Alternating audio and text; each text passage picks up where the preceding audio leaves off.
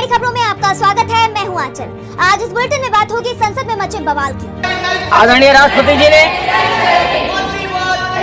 बंगाल विधानसभा में छिड़े घमासान की। देखेंगे क्या रद्द हो जाएंगे बिहार विधानसभा चुनाव, कैसे खतरे में आई चुनाव आयोग और बीजेपी की दोस्ती, जानेंगे मणिपुर में सरकार को क्यों मिली चेतावनी, और बुलेटिन के आखिर में देखेंगे जाने माने कार्टूनिस्ट इरफान की किस खबर पर पड़ी तिरछी नजर। लेकिन दिन भर की तमाम बड़ी खबरों से पहले एक नजर आज की सुर्खियों पर। कांग्रेस अध्यक्ष मल्लिकार्जुन खड़गे और राहुल गांधी की बंगाल इकाई के नेताओं के साथ बैठक। आगामी विधानसभा चुनाव पर चर्चा। राज्य में अकेले चुनाव लड़ेगी कांग्रेस।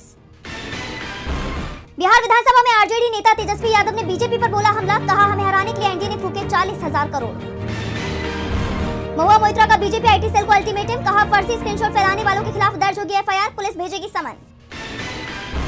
वेनेजुएला से तेल खरीदने पर केंद्र ने साफ किया रुख। विदेश मंत्रालय बोला वेनेजुएला भारत का पुराना पार्टनर। राष्ट्रपति ट्रंप ने रूस की बजाय वेनेजुएला और अमेरिका से तेल खरीदी का किया था दावा।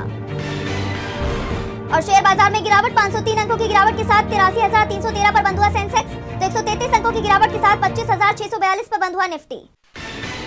ये तो थी सुर्खियां। अब बात आज की सबसे बड़ी खबर की। संसद में हंगामा मचा हुआ है। राष्ट्रपति के अभिभाषण पर चर्चा को लेकर सरकार बुरी तरह से घिर गई है। नेता प्रतिपक्ष राहुल गांधी को लोकसभा में बोलने नहीं दिया गया।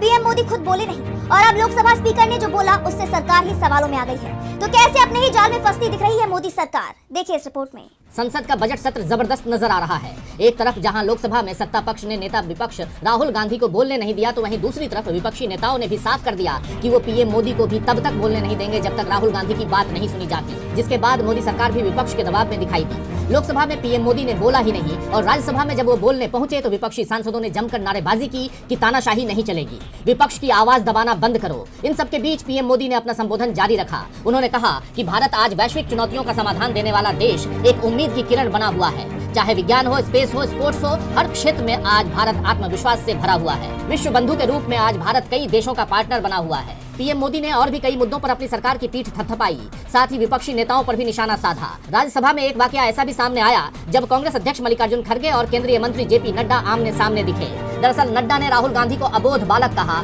जिस पर पलटवार करते हुए खड़गे ने कहा कि आपको मोदी जी ने बंधक बना दिया है। लेकिन सबसे ज्यादा बवाल पीएम मोदी के लोकसभा में भाषण नहीं देने पर मचा। खास तौर पर जब लोकसभा में स्पीकर ओम बिरला ने पीएम मोदी के सदन में न आने पर कहा कि पीएम मोदी को सदन में आने से मैंने ही मना किया था।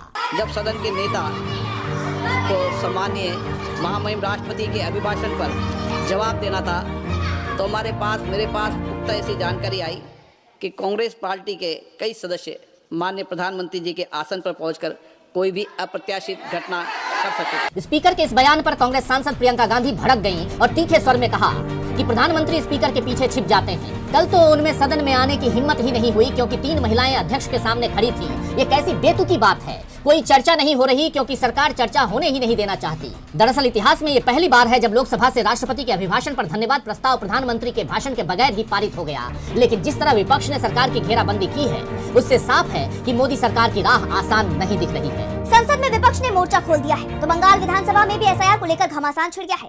सत्र के पहले दिन टीएमसी ने एसआईआर के खिलाफ अहम प्रस्ताव पेश किया, जिसमें 107 लोगों की जान जा चुकी है। चुनाव से पहले जारी गहमागहमी के बीच इस प्रस्ताव के आने से चुनाव आयोग बुरी तरह से घिर गया है। तो क्या है इस प्रस्ताव को लेकर पूरी खबर, जानेंगे इस रिपोर्ट में। पश्चिम बंगाल में एसआईआर को लेकर मामला और बढ़ गया है। 5 फरवरी को विधानसभा में ममता सरकार ने एक अहम प्रस्ताव पेश किया। इस प्रस्ताव में दावा किया गया कि एसआईआर प्रक्रिया के कारण राज्य में अब तक 107 लोगों की जान जा चुकी है। संसदीय कार्य मंत्री शोभन देव चट्टोपाध्याय ने नियम 169 के तहत ये प्रस्ताव पेश किया। उन्होंने चुनाव आयोग की कड़ी आलोचना भी की। उन्होंने कहा कि आयोग अब परेशान करने वाला आयोग बन गया है। जैसा कि आप जानते हैं कि पश्चिम बंगाल में विधानसभा चुनावों से पहले मतदाता सूची के पुनरीक्षण के लिए एसआईआर की प्रक्रिया चल रही है। सत्ताधारी दल टीएमसी का आरोप है कि ये प्रक्रिया एनआरसी का ही एक दूसरा रूप है। चुनाव आयोग वोटर लिस्ट नहीं बना रहा बल्कि लोगों की नागरिकता तय कर रहा है, जबकि ये अधिकार चुनाव आयोग का है ही नहीं बल्कि भारत सरकार का है। चुनाव आयोग अपने अधिकारों की सीमाओं को लांघ रहा है। पार्टी का कहना है कि एसआईआर के नाम पर आम जनता को डराया जा रहा है। लोगों में खौफ है कि उनके नाम मतदाता सूची से काट दिए जाएंगे और उनकी नागरिकता छीन ली जाएगी। टीएमसी की तरफ से पेश प्रस्ताव पर विधानसभा स्पीकर ने कहा कि क्योंकि ये मामला अभी सुप्रीम कोर्ट में लंबित है, इसलिए हम इसे स्वीकार नहीं कर रहे हैं। वहीं दूसरी तरफ मुख्यमंत्री ममता बनर्जी ने खुद मोर्चा संभालते हुए इस मामले को लोकतंत्र पर हमला बताया है। एक दिन पहले इस मुद्दे पर ममता बनर्जी ने खुद सुप्रीम कोर्ट में दलीलें भी पेश की थी। सरकार ने दावा किया था कि एसआईआर के डर से रोज 3 से 4 लोगों की जान जा रही है। ये पिछले दरवाजे से एनआरसी लाया जा रहा है। उधर बीजेपी ने इन आरोपों को सिरे से खारिज किया है। विरोधी दलों का कहना है कि टीएमसी सरकार चुनावी फायदे के लिए अफवाहें फैला रही है और जान जाने की इन घटनाओं का राजनीतिकरण कर रही है। चुनाव आयोग मुश्किल में दिखाई दे रहा है तो संकट में बिहार की एनडीए सरकार भी है। बिहार चुनाव के नतीजों को लेकर जनसुराज पार्टी सुप्रीम कोर्ट पहुंच गई है। पार्टी का आरोप है कि पैसों के जरिए चुनाव को हाईजैक किया गया। वहीं सीजे सूर्यकांत की बेंच इस मामले की सुनवाई के लिए तैयार हो गई है। तो क्या रद्द हो जाएंगे बिहार चुनाव, जानेंगे इस रिपोर्ट में। बिहार चुनाव के नतीजों को लेकर विवाद थमता नहीं दिख रहा। विपक्ष लगातार इन नतीजों में धांधली का आरोप लगाता रहा है और अब प्रशांत किशोर की पार्टी जनसुराज ने चुनावी नतीजों के खिलाफ सुप्रीम कोर्ट का दरवाजा खटखटाया है। पार्टी की मांग है कि बिहार में दोबारा चुनाव कराए जाएं, क्योंकि सत्तारूढ़ गठबंधन ने चुनाव जीतने के लिए नोट के दम पर वोट हासिल किए हैं। जनसुराज की याचिका में सरकार पर गंभीर आरोप लगाए गए हैं। आचार संहिता लागू होने के बावजूद महिलाओं के खाते में 10,000 रुपए भेजना मुख्य मुद्दा है। इसे भ्रष्ट आचरण करार दिया गया है। याचिका में साफ कहा गया है कि ये वोटरों को खुलेआम रिश्वत देने जैसा है, संविधान का उल्लंघन है। आरोप है कि ये कदम अनुच्छेद 14, 21 और 324 का सीधा उल्लंघन है। जीविका दीदियों का इस्तेमाल किया गया है, यानी कि मतदान केंद्रों पर 1.8 लाख जीविका दीदियों की तैनाती पर भी सवाल उठाए गए हैं। दावा किया गया है कि 25 से 35 लाख महिला मतदाताओं को सीधे लाभ पहुंचाकर चुनाव प्रक्रिया को हाईजैक किया गया है। इस मामले की गंभीरता को देखते हुए सुप्रीम कोर्ट सुनवाई के लिए तैयार हो गया है। जस्टिस सूर्यकांत और जस्टिस जॉय माल्या बागची की पीठ शुक्रवार यानी कि 6 फरवरी को इस पर सुनवाई करेगी। जनसुराज ने मांग की है कि चुनाव आयोग जनप्रतिनिधित्व अधिनियम की धारा 123 के तहत सख्त कार्रवाई करे।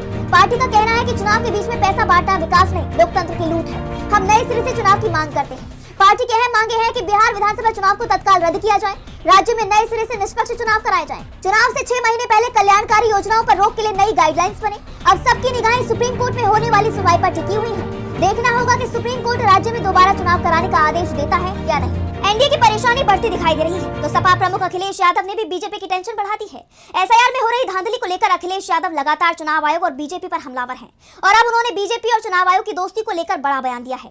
तो क्या कुछ कहा अखिलेश यादव ने, जानने के लिए देखिए रिपोर्ट। चुनाव आयोग पर बीजेपी के एजेंट की तरह काम करने का आरोप हमेशा से लगता आया है, जिसे लेकर बीजेपी कई बार विपक्ष के सवालों में फंस चुकी है और अब सपा प्रमुख अखिलेश यादव ने एक बार फिर बीजेपी के घाव हरे कर दिए हैं।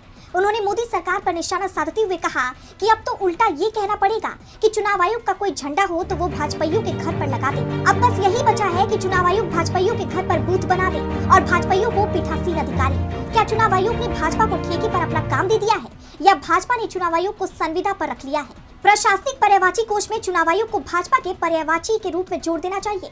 भ्रष्ट भाजपा शासनकाल में आश्चर्य ये नहीं है कि सरेआम वोट काटने बढ़ाने का अपराध हो रहा है। आश्चर्य ये है कि संवैधानिक संस्थाओं को ये नजर नहीं आ रहा। आज वोट छीनने वाले कल को जनता का बाकी सब भी छीन लेंगे। बाकी सब में भाजपाई भी शामिल होंगे, कोई बचेगा नहीं। भाजपाई याद रखें, ठगों का रिश्ता सिर्फ ठगी से होता है और किसी से नहीं। इसे कहते हैं अंधेर नगरी चौपट आयोग। जैसे आप जानते हैं कि बीजेपी और चुनाव आयोग की सांठगांठ को लेकर पहले भी सियासत गर्मा चुकी है और अब अखिलेश यादव की इस ट्वीट ने सियासी सरगर्मी को और तेज कर दिया है। चुनाव आयोग की मुश्किलें कम होती नजर नहीं आ रही हैं, तो चुनौतियां मणिपुर में भी बरकरार हैं। मणिपुर में नई सरकार के गठन के बाद भी शांति बरकरार नहीं हो पाई है। राज्य में नई सरकार बनते ही फिर विरोध की चिंगारी भड़क गई है, जिससे बीजेपी के सामने मुश्किलें खड़ी हो गई हैं। तो क्या है पूरी खबर, जानने के लिए देखिए रिपोर्ट। मणिपुर में महीनों से जारी राष्ट्रपति शासन आखिरकार खत्म हो गया और 4 फरवरी को बीजेपी के युग नाम खेमचंद सिंह ने राज्य के 13वें मुख्यमंत्री के तौर पर शपथ ले ली। लेकिन राज्य में नई सरकार के गठन के साथ ही एक बार फिर तनावपूर्ण स्थिति पैदा हो गई है। कुकी समुदाय के संगठनों ने नई सरकार को लेकर कड़ा विरोध शुरू कर दिया है। दरअसल एन बीरेन सिंह के इस्तीफे के बाद से राज्य में राजनीतिक अस्थिरता थी और इसलिए इस बार नई सरकार में जातीय संतुलन बनाने की कोशिश की गई। मुख्यमंत्री खेमचंद के साथ 2 डिप्टी सीएम बनाए गए हैं। एक है नेमचा किपचेन, जो कि भाजपा विधायक हैं और कुकी समुदाय का प्रतिनिधित्व करते हैं, और दूसरे हैं एल दिखो, जो कि नगा पीपुल्स फ्रंट के विधायक हैं। लेकिन इसके बावजूद सरकार के गठन ने कुकी संगठनों को नाराज कर दिया है। ज्वाइंट फोरम ऑफ 7 ने शुक्रवार यानी 6 फरवरी को कुकी जो बहुल इलाकों में 12 घंटे के बंद का आह्वान किया है। संगठन की मांग है कि कुकी समुदाय के लिए एक अलग प्रशासन की व्यवस्था की जाए। दरअसल कुकी जो काउंसिल और कई उग्रवादी समूहों ने चेतावनी दी है कि अगर कोई विधायक अपनी मर्जी से सरकार में शामिल होता है तो ये उसका निजी फैसला होगा। संगठनों ने कहा है कि इस एक तरफा सरकार के गठन से पैदा होने वाले किसी भी परिणाम के लिए वो जिम्मेदार नहीं होंगे। यही वजह रही है कि शपथ ग्रहण के कुछ ही घंटों बाद कांगपोकपी और लिमाखोंग जैसे इलाकों में प्रदर्शनकारी सड़कों पर उतर आए। प्रदर्शनकारियों ने टायर जलाकर और बांस लगाकर रास्तों को बंद कर दिया।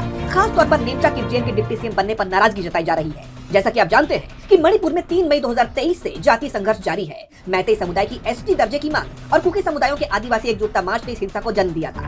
कम से कम 260 लोग अब तक इसमें जान गंवा चुके हैं। वहीं हजारों लोग अब भी राहत शिविरों में रहने के लिए मजबूर हैं। अब भले ही बीजेपी नई सरकार को लेकर शांति बहाली की बात कर रही हो, लेकिन जमीन पर तो तस्वीर कुछ और ही दिख रही है, क्योंकि संगठनों का कड़ा रुख और अलग प्रशासन की मांग बताती है कि राज्य में अविश्वास की खाई अभी भी बहुत गहरी है। नई सरकार बनते ही उसके सामने नई चुनौतियां खड़ी हो गई हैं। अब बीजेपी सरकार इन हालात से निपटने में कितनी कारगर साबित होती है, ये तो देखना होगा। कुकी समुदाय में सरकार को लेकर नाराजगी है तो अजीत गुट की एनसीपी भी बीजेपी से नाराज दिखाई दे रही है। महाराष्ट्र की सियासत में एनसीपी के दोनों गुटों के विलय की चर्चा तेज है। इस बीच एनसीपी एसपी प्रमुख शरद पवार ने अजीत पवार के दोनों बेटों से मुलाकात की है, तो दूसरी तरफ सीएम फडणवीस के एक कदम से एनसीपी में आक्रोश है। तो क्या बदल जाएंगे महाराष्ट्र के सियासी समीकरण, जानेंगे इस रिपोर्ट में। 4 फरवरी को महाराष्ट्र की सियासत में एक बड़ी हलचल देखने को मिली। दरअसल एक बंद कमरे में एनसीपी एसपी प्रमुख शरद पवार ने अजित पवार के दोनों बेटों जय पवार और पार्थ पवार से मुलाकात की, जिसके बाद कई तरह की चर्चाएं शुरू हो गई। ये बैठक बारामती स्थित विद्या प्रतिष्ठान के परिसर में हुई और लगभग 1.5 घंटे तक चली। इस बैठक में क्या बातचीत हुई, इसके बारे में अभी कोई जानकारी